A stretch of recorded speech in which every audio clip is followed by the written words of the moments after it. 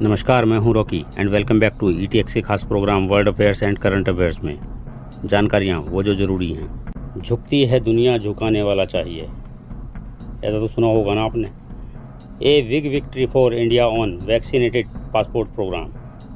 ना ना ना, खबर इतनी भी छोटी नहीं है जितनी आप समझ रहे हैं। ये एक बहुत बड़ी न्यूज़ है जिसने आपदा को अवसर में बदल डाला है, और वो अवसर क्या है ये आपको वीडियो के अंत में पता चलेगा।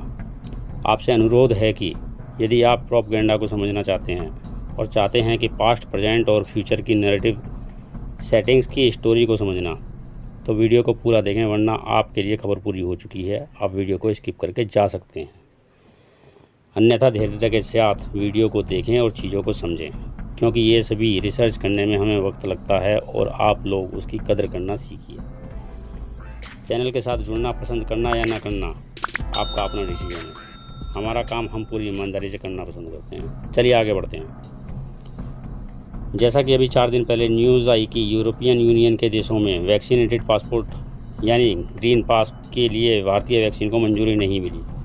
उसके लिए हमने एक डिटेल वीडियो आपके लिए बनाई थी, जिसका लिंक आई बटन में और डिस्क्रिप्शन में मिल जाएगा। उसको ज़रूर देखें, क्योंकि उसमें इसका पूरा खेल हमने आपको समझाने की कोशिश की है। खैर, अगले दिन ही न्यूज़ आती है कि भारत ने सख्त चेतावनी यूरोप के लिए जारी कर दी है। उसकी वीडियो का लिंक आपको नीचे डिस्क्रिप्शन में मिल जाएगा, देखिएगा।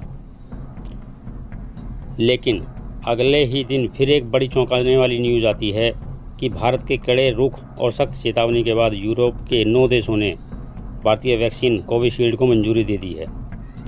यहाँ आप कह सकते हैं कि जी, भारत ने दबाव बनाया था जिसके लिए उन्हें मंजूरी देनी पड़ी।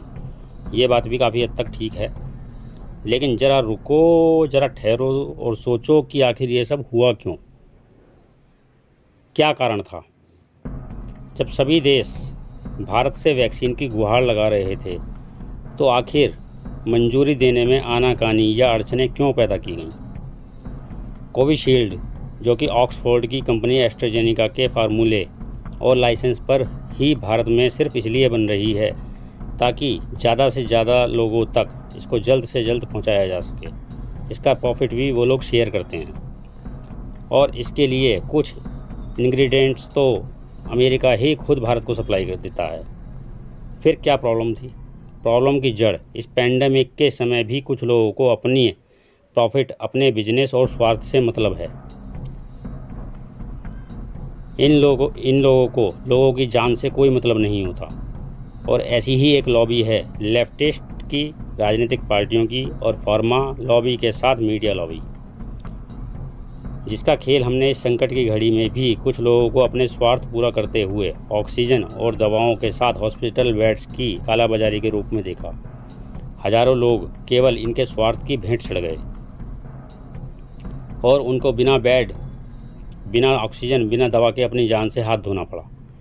ये मत सोचिए कि ये सब इससे जुड़ा हुआ नहीं है, सभी पहलू एक दूसरे से लिंक्ड हैं।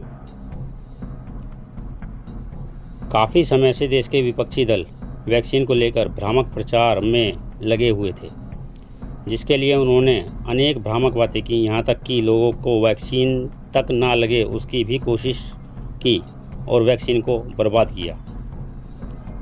कुछ जिहादियों ने तो वैक्सीन लगाई ही नहीं, केवल इंजेक्शन ही चुभाकर निकाल दिया ताकि काफिर मर जाएं।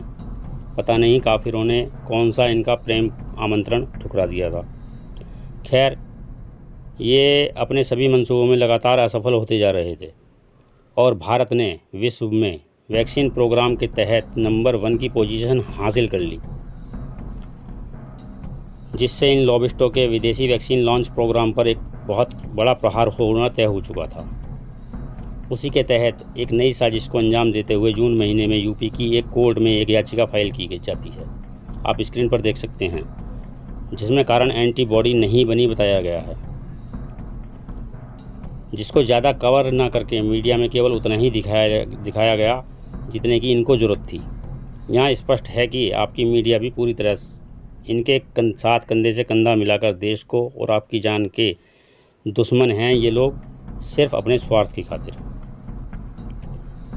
खैर, आखिर इस याचिका को डाला क्यों गया, ये एक महत्वपूर्ण प्रश्न है। आइए हम आपको बताते हैं इसका मतलब। ये न्यूज़ आर्टिकल भारत में प्रकाशित किया जाता है, जिसको यहाँ की कुछ जिहादिन हैं जो कि खुद को मैग्सेसे और नोबेल पुरस्कार की दौड़ में शामिल बताती हैं और खुद को अंतर्राष्ट्रीय पत्रकार बताती हैं, जो कि हमारी नज़रों में एक कोठा संचालक से ज़्यादा कुछ भी नहीं है। वो इस न्यूज़ को अंतर्राष्ट्रीय मीडिया में देती हैं, जिसके ज़रिए उन देशों की सरकारों पर एक प्रेशर क्रिएट किया जाता है कि भारत की वैक्सीन के खिलाफ तो खुद भारत के ही लोग हैं।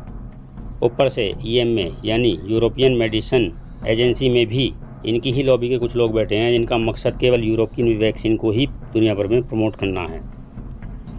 कुछ हिस्सा उनका भी होता होगा। और टाइमिंग देखिए कि याचिका से लेकर सारी चीज़ें मात्र 15 दिनों में क्रिएट करके फ्लैश भी कर दी जाती हैं। पासपोर्ट को लेकर न्यूज़ यूरोपियन ग्रीन पास प्रोग्राम शुरू होने से मात्र 4 दिन पहले आती है। उसके लिए एक तर्क आज ये भी दिया जा रहा है कि भारतीय वैक्सीन के लिए कंपनियों ने आवेदन नहीं किया। यहाँ हमारा प्रश्न है कि क्या आपने सभी को प्रेस नोट रिलीज़ करके आवेदन मांगे थे? कुल मिलाकर ये सारा खेल केवल 15 दिनों से भी कम समय में आखिर टाइम फिश हो गया। भारत को इस पूरे मामले में लपेटने की योजनाबद्ध तरीके से भरपूर कोशिश की गई, जिसको भारत सरकार ने केवल एक घुड़की में समाप्त कर दिया। चीन और रसिया से इनको कोई ज़्यादा फर्क नहीं पड़ता और ना ही लोग चीन की बनाई चीज़ों पर ज़्यादा भरोसा करना पसंद करते हैं। वैसे भी ये लोग खुद प्रॉफिट की दौड़ में का हिस्सा हैं, जबकि भारत सरकार का कहना है कि वैक्सीन को पेटेंट फ्री करके जेनेरिक मेडिसिन की श्रेणी में लाना चाहिए, ताकि इसको ज़्यादा से ज़्यादा तेज़ और सस्ता बनाकर लोगों की ज़िंदगियाँ बचाई जा सकें। और ये सब इस प्रॉफिटेबिलिटी वाली लॉबी को मंजूर नहीं हो सकता था। इस सारे लफड़े में पड़कर बेशक भारत को कुछ परेशानियों का सामना करना पड़ा हो और कुछ सख्त कदम ही क्यों ना उठाने पड़े हों, लेकिन भारत को और आपको एक बहुत बड़ा फ़ायदा हो चुका है, जो कि आपदा में अवसर की तरह देखा जाना चाहिए। इस सारे मामले में केवल भारत की वैक्सीन के साथ भारत के लोगों को ही यूरोप में ट्रैवल करने, रहने और घूमने की इजाज़त मिली है।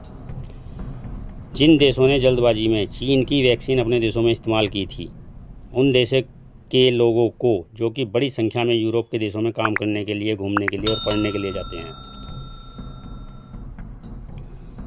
जिनमें एक देश हमारा घटिया पड़ोसी पाकिस्तान भी शामिल है, उन पर ये एक प्रतिबंध लग चुका है। इससे वहाँ के लोगों का यूरोप में जाना बैन है और इससे यूरोप में भारतीय लोगों की डिमांड बढ़ना तय हो चुका है। एक सवाल आपसे, क्या ये सब पप्पू गांधी जैसे नेताओं की अगुवाई में हो सकता था? मेरा स्पष्ट मत है कि ये सब होना संभव से भी ज़्यादा था इन जैसे मूर्ख और कपटी नेताओं के रहते। आपका क्या मानना है कमेंट के माध्यम से बताएं और साथ ही अंगूठे में दर्द ना हो तो चैनल को भी सब्सक्राइब कर लें। धन्यवाद, यदि यहाँ तक आपने हमें झेला हो तो।